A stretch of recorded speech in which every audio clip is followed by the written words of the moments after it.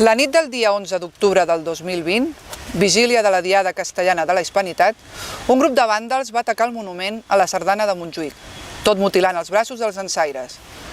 Tanmateix, aquesta trista circumstància no és pas nova. El monument a la Sardana, l'any 2014, ja havia patit un atac semblant. Constatem que atacs catalanòfobs i anticatalanistes com aquests són cada cop més nombrosos a Catalunya i mai no són castigats.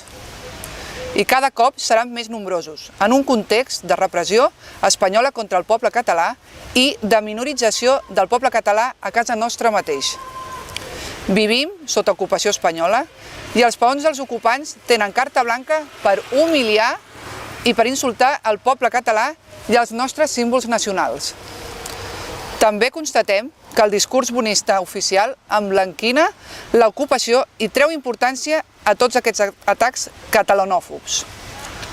El Front Nacional de Catalunya ha saltat a la palestra política, entre d'altres motius, per tornar als catalans l'orgull que ens està sent trepitjat per colonitzadors, per preservar i exalçar els nostres símbols i el nostre patrimoni. Els partits processistes no defensen els catalans de l'odi anticatalà i és per això que el Front Nacional de Catalunya sí que ho farà. Visca Catalunya lliure, allibera el teu país! Visca!